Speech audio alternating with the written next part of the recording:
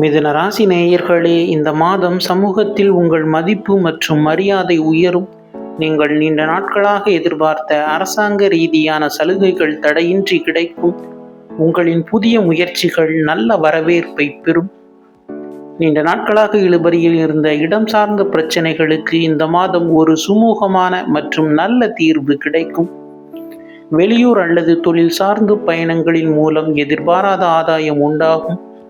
பொருளாதாரத்தை பொறுத்தவரை பணப்புழக்கம் சாதகமாக இருக்கும். குடும்பத்தில் மகிழ்ச்சியான சூழலும் அமைதியும் நிலவும்.